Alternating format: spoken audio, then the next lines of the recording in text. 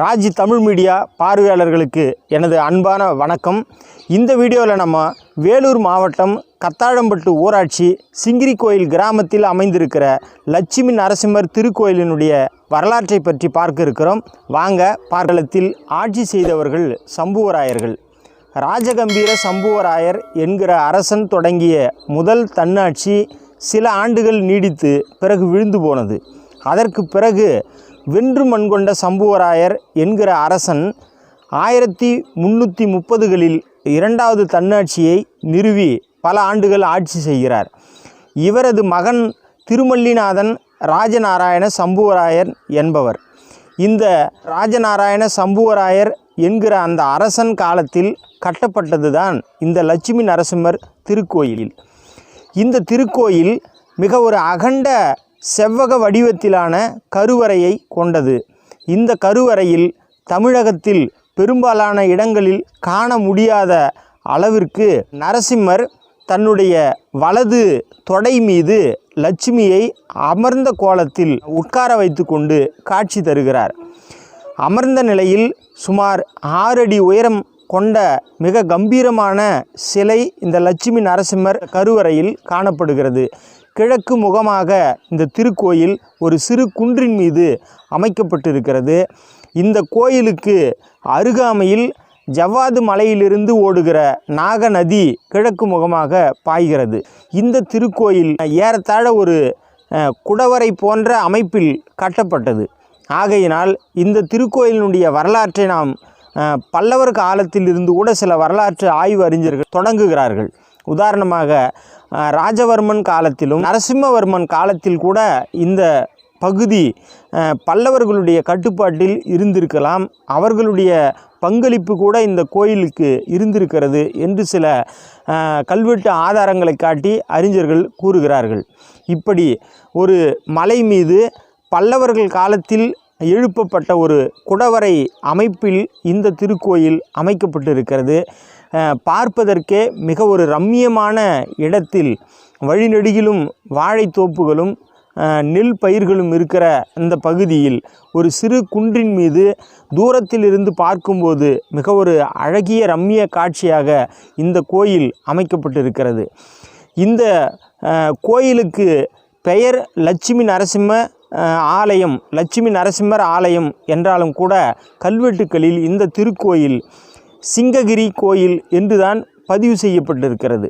இந்த ஊரும் கூட அந்த பெயர் அடிப்படையிலேயே சிங்ககிரி கோயில் என்று அழைக்கப்பட்டிருக்கிறது. இன்றைக்கு தற்காலத்தில் அந்த சொல் மருவி சிங்ககிரி என்பது சிங்கிரி என மருவி சிங்கிரி கோயில் என்று வழக்கத்தில் வழங்கப்படுகிறது. அருள்மிகு லட்சுமி நரசிம்ம சுவாமி திருக்கோயில் சிங்கிரி கோயில் வேலூர் மாவட்டம். இந்த திருக்கோவில் வந்து பார்த்தீங்கன்னா சுமார் ஒரு 1300 வருஷம் பழமை வாய்ந்தது.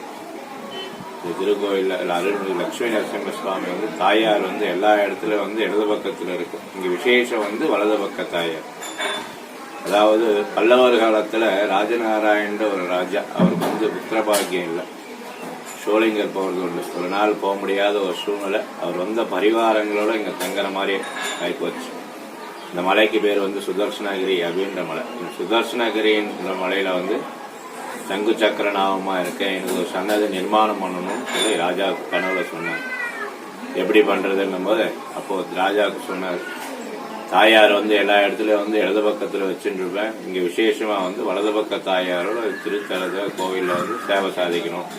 விஸ்தாலமான கர்ப்பகிரகம், இந்த அளவுக்கு பெரிய கர்ப்பகிரகம் எங்கேயும் பார்க்க முடியாது. விஸ்தாலமான கர்ப்பகிரகத்தோட வலது பக்க தாயாரோட இந்த மலையில நான் சேவை சாதிக்கணும், எனக்கு ஒரு சன்னதி இங்க நிர்மாணம் பண்ணணும்னு சொல்லி பண்ணது. இந்த திருக்கோவில் பார்த்தீங்கன்னா ஒரு ஆற்றங்கரை ஓரத்தில், அதாவது தெற்கு பக்கமா இந்த ஆறு ஒன்று ஓரம், இந்த பக்கம் நாகநதி அப்படின்ற ஆறு. இது வந்து ஜவ்வாது மலையில வந்து உற்பத்தி ஆகும். இந்த வழியா வருது, இந்த மலை வழியா வரும்போது இந்த தெற்க வந்து பார்க்கும்போது இந்த சன்னதி வந்து நிர்மாணம் ஆயிருக்குது. ஸ்தல விருட்சம் அப்படின்னு பார்த்தீங்க அப்படின்னா இந்த ஆலமரம். அடுத்து வந்து பார்த்தீங்கன்னா ஸ்தல விருட்சம் பார்த்தீங்கன்னா இங்கே ஒரு வெள்ளை அலரி அப்படின்னு சொல்லிட்டு ஒரு அலரி மரம் வந்து ஸ்தல விருட்சமாக இருக்கு. அடுத்தது வந்து இங்கே வந்து யோகா ஆஞ்சநேயர் சன்னதி இருக்குது. யோகா ஆஞ்சநேயர் சுவாமி பார்த்தீங்கன்னா, அதாவது சோழிங்கர் போக முடியாமல் இருக்கிறவங்களுக்கு வந்து இங்கே வந்து பார்த்தீங்கன்னா தரிசனம் பண்ணுறதுக்கு ஒரு இதுவாக இருக்கும்.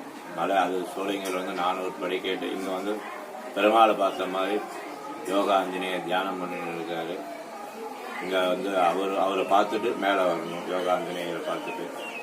அடுத்தது விசேஷ நாள் பார்த்தீங்கன்னா சுவாதி அன்னைக்கு வந்து பார்த்தீங்கன்னா இந்த பிரார்த்தனைகள் இதெல்லாம் வந்து நாளை இல்லை என்பது நரசிம்மரத்தில் என்ற மாதிரி இந்த பிரார்த்தனைகள்லாம் வந்து இந்த கல்யாணம் ஆகலை, புத்திரபாகியம், கடன் தொல்லை இதெல்லாம் வந்து பார்த்தீங்கன்னா பெருமாள்கிட்ட வந்து அன்னைக்கு சுவாதி அன்னைக்கு வந்து அர்ச்சனை பண்ணி பெருமாளை பிரார்த்தனை பண்ணினா வெகு விரைவாக பெருமாள் அனுகிரகம் பண்ணுவார்ன்றது ஒரு இது வந்து பரிகார ஸ்தலம் இல்லை. இருந்தாலும் பெருமாள்கிட்ட சுவாதி அன்னைக்கு விசேஷமாக இருக்கிறது வந்து அர்ச்சனை பண்ணால் அவ்வளோ விசேஷம்.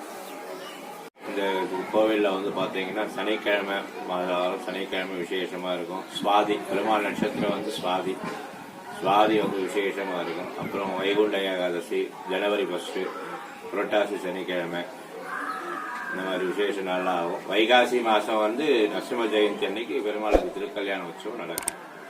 இந்த விசேஷ தினங்கள் பார்த்தா இதுதான், வேற எதுவும் இல்லை. தாயார் வந்து எல்லா இடத்துலையும் இடது பக்கம் இருக்கும். இங்கே விசேஷம் வந்து வலது பக்கம் தாயார், இதான் விசேஷம். 3 நாளாக